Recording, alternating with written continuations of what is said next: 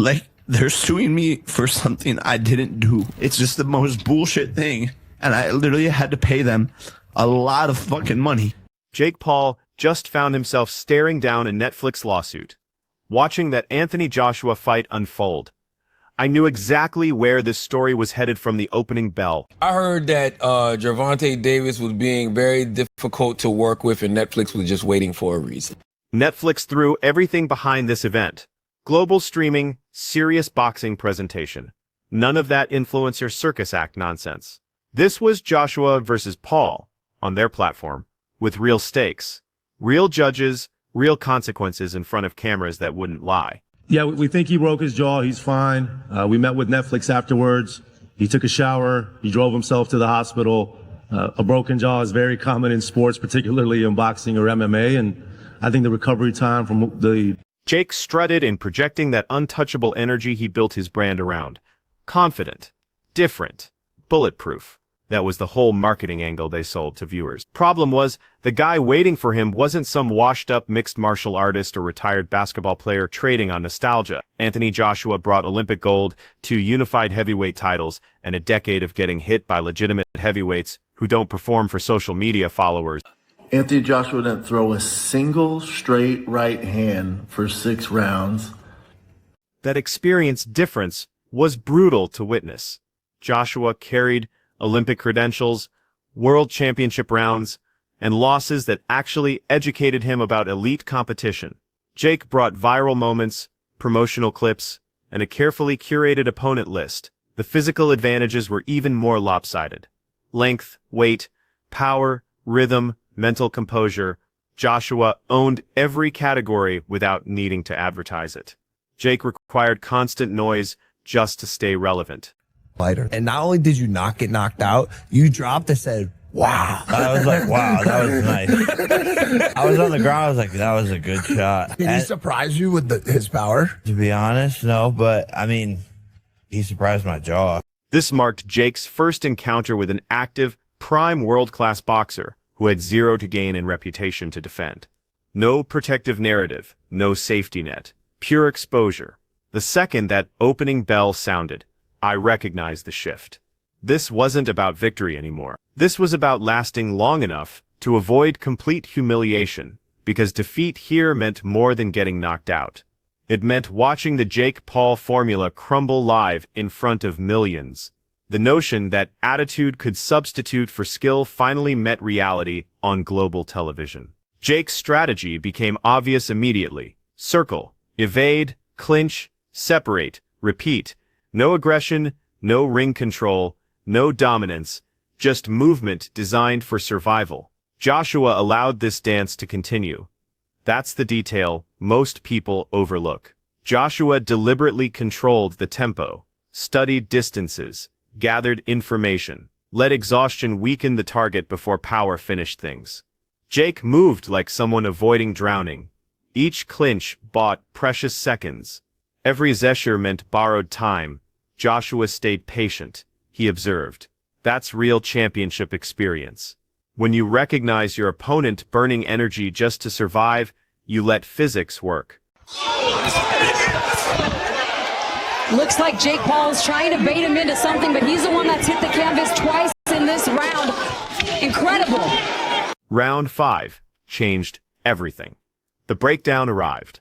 2 knockdowns in 3 minutes, not from wild brawling or lucky shots, but from accumulated damage, compromised balance, cracked defense, heavy legs, labored breathing.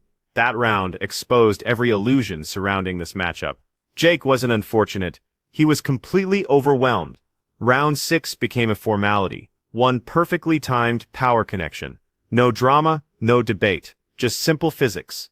The referee intervened because continuation served no purpose. Jake's body had surrendered before the counting stopped. I love this shit, and I'm going to come back and get a world championship belt at some point. Are you surprised you went 6 rounds with the former 2-time unified heavyweight champion?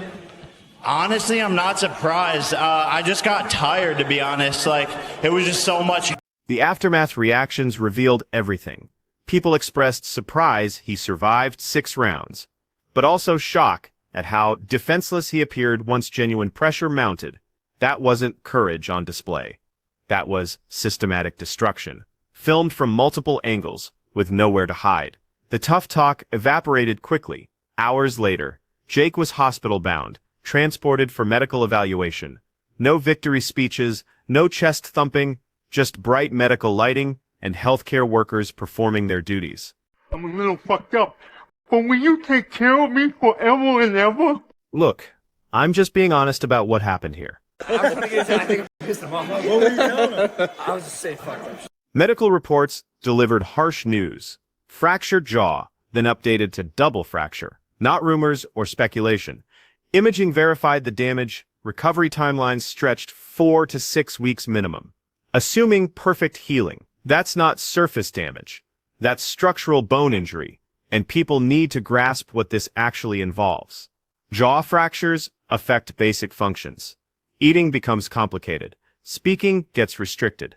Breathing requires attention.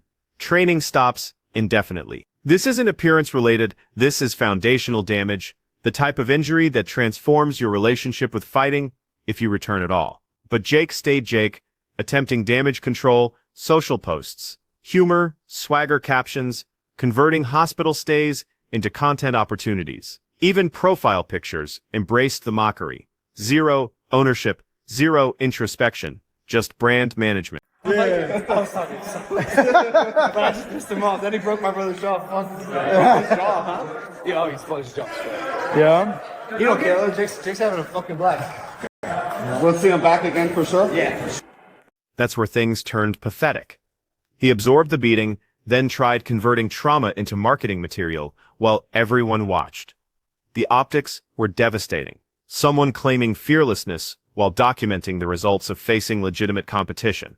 I didn't witness warrior spirit. I saw someone learning in real time that confidence doesn't mend fractures and cameras don't soften impact. Now, you asked me a question. Look, it wasn't the best performance. It wasn't the best. The end goal was to get Jake Paul, pin him down, and hurt him. That has been the request. Boxing Analyst responded immediately, and none sounded remotely impressed. Genuine surprise emerged that the contest lasted as long as it did, not because Jake performed brilliantly, but because Joshua never shifted out of cruise control. The universal consensus was straightforward. Anthony Joshua avoided overcommitment, avoided chasing, avoided panic, avoided unnecessary risks. He observed, adapted, and concluded matters at his convenience. That distinction mattered significantly. Any notion that Jake somehow tested a champion's limits dissolved under elementary examination. Thank you very much. I'm here with the winner, Anthony Joshua. Anthony, congratulations on the win. How would you describe that fight? Well, first of all, I want to give love to the crowd, everyone that came out. I really do appreciate everyone in this venue. Then financial discussions dominated because, with Jake Paul, everything eventually becomes about money. Numbers started floating, suggesting both fighters earned 40 to 50 million each, with whispers of higher totals depending on back-end arrangements and Netflix bonuses. That's when public sentiment really soured. The story crystallized quickly. Jake Paul can absorb humiliating defeats and still collect enormous paychecks. The loss didn't humble him, it enriched him, and that enrichment infuriated observers. People can handle defeat. What they reject is someone acting triumphant after getting dismantled while calculating their earnings. The criticism got vicious. Jake began getting compared to viral marketers who excel at selling excitement over substance. A spectacle merchant. A brand first, athlete second. Someone who understands trending, provocation, and monetizing attention, but crumbles when authentic pressure materializes. That reputation damage stuck because it rang true. Losing alone would have been survivable. Losing then pretending it represented some moral or tactical victory made him insufferable to witness. While boxing communities debated, Netflix stopped celebrating. Attention pivoted rapidly from punches to legal paperwork. This fight wasn't just programming for them. It was their marquee entrance into premium boxing. They needed proof they belonged in conversations with established fight broadcasters. Jake Paul was supposed to be their connector, Loud, controversial, profitable. Because it's a civil lawsuit and it's just allegations. It's not criminal. So there must be some. Then the super fight cancellation happened. Jake Paul versus Gervonta Tank Davis, scheduled for November 14th in Miami. Ticket sales moved rapidly. Marketing machinery was operational. Advertising space had been purchased. Sponsors were committed. Production teams were hired. Venues were prepared. Netflix had invested serious capital before any punches were thrown. The financial scope was enormous. Internal estimates reportedly reached $120 million in combined event value. That covered subscriptions, advertising, sponsorships, and strategic positioning. This wasn't casual speculation. Production costs, staffing, promotion, and infrastructure were already funded. The operation was live. Jake Paul, he's done really well tonight. I want to give him his props. He got up time and time again. It was difficult in there for him, but he kept on trying to find a way. Then Jake pulled out, unilaterally, no gradual withdrawal, no negotiation, just a decision that incinerated everything. Netflix didn't claim confusion or miscommunication in their filing. They claimed deliberate contract violation, not mutual agreement, not unexpected circumstances. Deliberate. That terminology carries weight. The lawsuit hit $100 million with real danger being lost. Revenue that could inflate the total significantly. This wasn't about punishment for changing his mind. This was about consequences. Jake's reputation as a dependable draw absorbed direct damage. Platforms remember that. Advertisers absolutely remember. Netflix executives were livid. Leadership felt publicly humiliated. Their brand credibility with advertisers took collateral damage. The company that built its identity on precision and control suddenly appeared reckless for backing an influencer fighter who treated contracts like loose suggestions. Jake didn't just lose a fight. He destroyed a billion-dollar corporation's trust in one decision. I don't like it. Even Anthony Joshua had some class and, apologized to me. Did he really? Yeah. Yeah. He worked his way through the crowd and came up to me and said, "Mom, it's just boxing. He says it's the fight game. It's just the fight game." I'm obviously. His reputation now lies in fragments. Previously marketed as fearless, he's currently branded as evasive. Once promoted as revolutionary, he's viewed as unreliable. Public opinion remains divided. Supporters claim he took an ethical position. Critics call it cowardice, disguised as moral posturing. The debate itself feels endless, but the repercussions are concrete.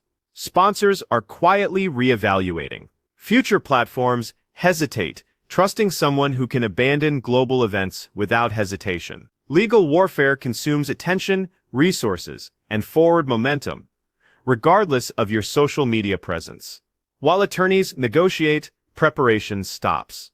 While litigation continues, opportunities vanish. The boxing community has rendered its verdict. Respect gets earned inside the ring, not negotiated through media statements or social captions. You don't receive recognition for what you nearly accomplished or what you intend to accomplish. You receive recognition for what transpires under arena lights when you cannot control the narrative.